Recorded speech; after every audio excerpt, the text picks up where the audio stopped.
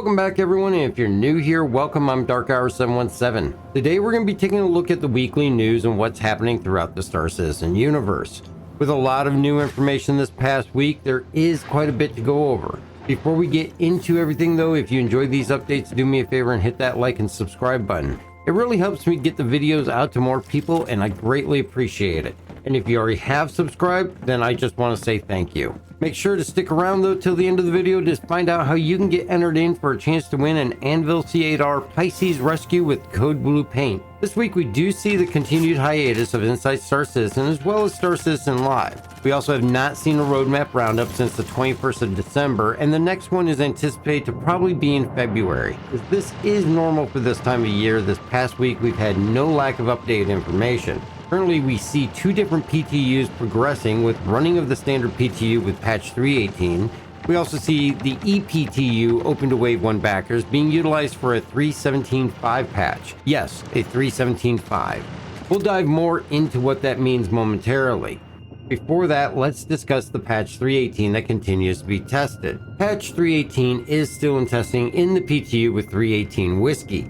Released on the 11th of January, this patch continues trying to sort out 3.18 into a state ready to release to live. Though CIG has stated that the patch was targeting a late to end of January release to live, the truth is it feels as though this will be very difficult to make. As the testing focus is still all the new features coming with 3.18, the list of known issues continues to be fairly sizable and ranges from large items to smaller items that are mere inconveniences. The larger issues that are known are many ships are ejecting passengers into space when in quantum travel, the hitbox desync, which is causing some ships to not take damage when attacked at certain areas of the hull, scanning is not showing advanced details and stats, impounded ships do not finish transferring to the storage and are no longer retrievable, stolen cargo does not always behave as such and can sometimes be sold as legal cargo. After a server crash, ships that are left on landing pads will be in an unknown state and require a claim. Equipped gear can also be lost when players die in the Armistice Zone,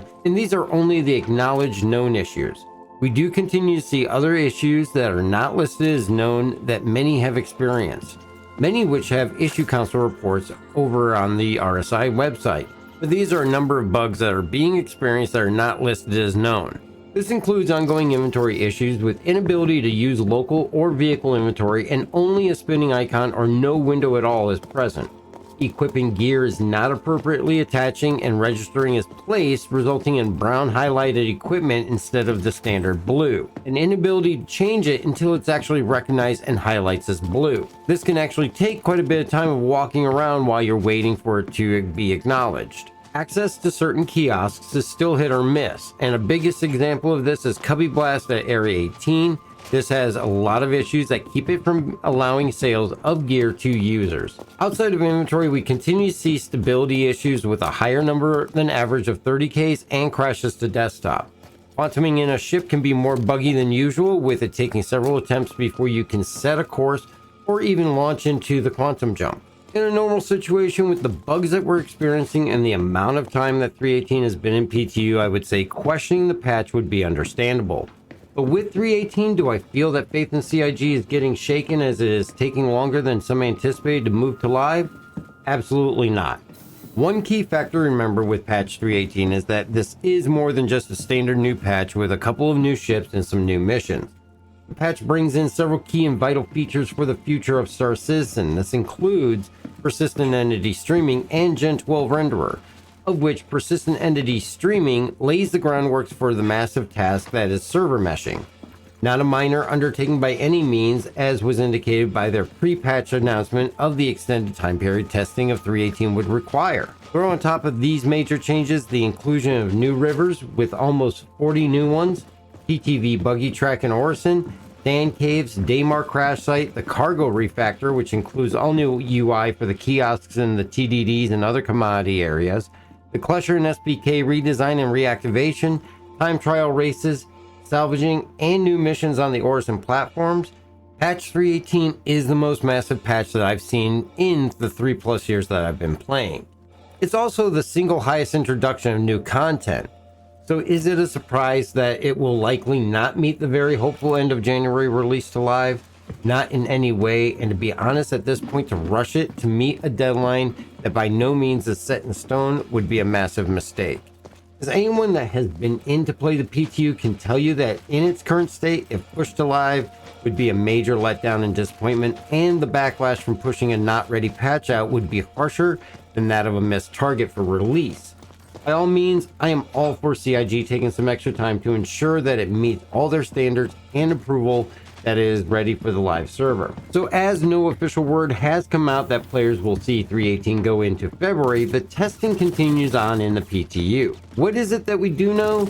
We do know from an announcement from CIG that a patch 3.17.5 is being tested for the inclusion of Siege of Orison, as well as the additional Lunar Year Festival, otherwise known as the Red Festival. This is the in-game celebration of Earth's Lunar New Year, or as it is commonly referred to as the Chinese New Year. With 2953 being the year of the rooster in the verse, we will see the festival bring with it more envelope grabs and turn-ins, as well as new Red Festival paint and a limited ship sale. With this being tested within a 3.17.5 EPTU open to Wave 1 backers, it is expected this unofficially means a mid to late February for 3.18 to possibly go either PTU to all backers or possibly live. I say this as I do not see it realistic to change versions mid-seasonal event. This of course does raise concern as well as much criticism for some backers due to the apparent pushback of 3.18. It is important to think of the bigger picture though. I mentioned before that a release of 3.18 prior to it being at an acceptable level of stability and quality would be more detrimental to CIG than the pushback from a delay. But anticipation for the release, as well as a track history of perceived release dates being missed, creates frustration with some in the community. This, of course, is further escalated when in recent past they have been stressing the fact that dates will not be announced, and in the letter from the chairman from Chris Roberts, quote, "The first order of business is to continue to stabilize Alpha 3.18 so we can release to the live servers in January once the team is back from their well-earned holiday break." Now, this statement by Chris Robert does go against the philosophy of not announcing dates, but realistically, who is going to reprimand Chris Roberts for stating something like this? Of course, the community will take this at face value, being that it is from Chris Roberts himself, and who would know better if the deadline was going to be met, and who could really blame someone for taking it at face value? This does not seem to be the course that 3.18 has taken, as further testing has been stated to be needed for 3.18, and that is the reason for the 3.17.5 patch. But this does not make the statement by Chris Roberts an outright lie or inaccuracy, even as the statement was that the focus is to continue to stabilize Alpha 3.18, in which case the fact that there is going to be a patch 3.17.5 means the attempts to stabilize failed or stability has not reached an acceptable level, which in turn leads to the 3.18 patch not making the deadline perceived in the statement. Having a 3.17.5 patch truly is not a negative outcome. It means that CIG is upholding a standard of quality for what goes out. This means that just pushing out something that will play horribly just to meet a deadline is not the end result. They are going through and testing thoroughly to make sure features are working to a playable degree and that the new systems for PES and Gen 12 are functioning the best that they can. Now, does this mean that we will see a flawless patch? No. As anyone who has played Star Citizen knows that it's an alpha and by nature it's going to have bugs. But limiting those as much as possible is still a goal. The community will also see other benefits from a 3.17.5 patch, and the fact that the Atmo Esports event and one of the largest community events in the verse, the Daymar Rally, will be held on the existing 3.17 patch, which in turn could lead to a more stable platform for such a large event. We'll also see another run of Siege of Orison, which is truly an amazing event to partake in, and we'll add some additional options, especially for those who are new to Star Citizen, whether they join during IAE, Luminalia, or even during the upcoming Red Festival. It has been quite some time since Siege has ran, and as far as events in the verse, it is truly the best FPS style event. Of course, when 3.18 does launch, it will be with full wipe, including all reputation, so this means that these events truly will be for more of the fun factor versus a UEC. In regard to other dynamic events, we do see that the 3.18 PTU patch is also testing Xenothreat with limited playthroughs in the past week. Unfortunately, with my work schedule, I did not get a chance to test this, but from the first looks at Spectrum, there was fairly positive feedback with some input as to issues seen, which include desync issues with the rec sites, no announcement on Phase 1, though Phase 2 did launch and the announcements worked as designed. Phase 3, the Javelin, sometimes would not launch. and crash to desktops and 30Ks were heavier than normal, and reset of respawn locations failed at times upon death and respawn users at their homeworld versus Mike L1. Overall, the feedback though was positive, with many excited for the event, and of course this is the first test of the event in PES 318. And when 318 does go live, I would expect that will not be long after that we see the event run for everyone. With the salvaging gameplay coming in for 318, this means huge salvage earnings possible after the event completes from the destroyed ships in the fighting areas, including Idris's and Hammerheads. And in our experience with salvaging Idris's, this can be a huge payoff. I personally will be excited to get back into Xenothreat, and it is still what I consider the best, most well-rounded dynamic event there is. If you have not experienced Xenothreat, you can check out a breakdown of one of the past runnings at the link in the description. On other dynamic event news, we see Jumptown 2.1 coming in with the new 318 patch once it hits the live servers. The new locations are amazing and has increased the overall size of the Jumptown depots. With multiple ejection ports now and a more massive hab area, this is a great improvement for the Jumptown event. These, of course, are two of the most popular events that are slated for 318 and give us quite a lot to look forward to. I think that the fact that 318 is not hitting live is not a bad thing, and as mentioned, taking the time to make sure it is at an acceptable performance level in the long run is the best overall situation for everyone. We will continue to let you know what we see with the PTU though, and look forward to getting to see the patch as it progresses toward the finish line. In other areas around the verse, we did see a change to the lore release schedule, with it now following the format of on the first Tuesday of every month there will be no release for lore. On the second Tuesday of each month we'll get a new Jump Point or Whitley's Guide article, and these will actually alternate and be bi-monthly for both. On the third Tuesday of the month we'll see lore makers post every third month with no posts in the other months, and Galactopedia posts will always occur on the last Tuesday of the month unless there is one additional Tuesday. And in that case, the fourth week will actually be another Jump Point or Whitley's Guide. This does mean that this week we did receive the Whitley's Guide all about the Anvil Terrapin. I will be honest, it's not one of my most favorite ships. This goes into the history of the U4A 3 Block 1 version of the Terrapin, with its first Navy use in narcotics interdiction off Castra, through its use as an armored APC carrier for the Navy, and also use in covert boarding operations. It'll also go through issues with the first Terrapin and its horrible power management system, to the use of the crew and pilot experiences to develop the Block 2 version of the Terrapin, with heavy roles in search and rescue as well as APC.